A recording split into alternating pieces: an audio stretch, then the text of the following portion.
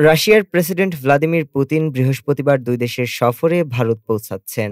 প্রধানমন্ত্রী নরেন্দ্র মোদীর সঙ্গে বৈঠক এবং দ্বিপাক্ষিক বার্ষিক সম্মেলনে অংশ নেওয়াকে কেন্দ্র করে জ্বালানি, প্রতিরক্ষা ও বাণিজ্য চুক্তি আলোচনায় গুরুত্ব পাচ্ছে। সফরটি এমন সময় হচ্ছে যখন কয়েক মাস আগে যুক্তরাষ্ট্র ভারতকে রাশিয়ান তেল কেনা কমাতে চাপ দিয়েছিল এবং ইউক্রেন যুদ্ধ নিয়েও ওয়াশিংটনের আলোচনা চলছে। ভারত ও রাশিয়া বহু দশকের মিত্র।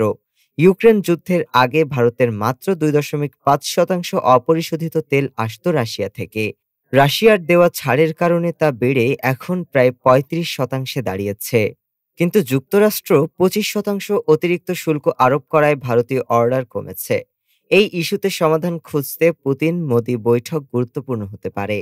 ভারত রাশিয়া থেকে আধুনিক যুদ্ধবিমান ও প্রতিরক্ষা ব্যবস্থা কেনার পরিকল্পনা করছে। তবে নিষেধাজ্ঞা ও যুদ্ধের কারণে সরবরাহ বিলম্বিত হচ্ছে। মোদি এই সফরে সময়সীমা নিয়ে নিশ্চয়তা চাইতে পারেন। পুতিনের জন্য এই সফর পশ্চিমা বিচ্ছিন্নতার জবাব, আর মোদির জন্য কৌশলগত স্বায়ত্তশাসনের পরীক্ষা।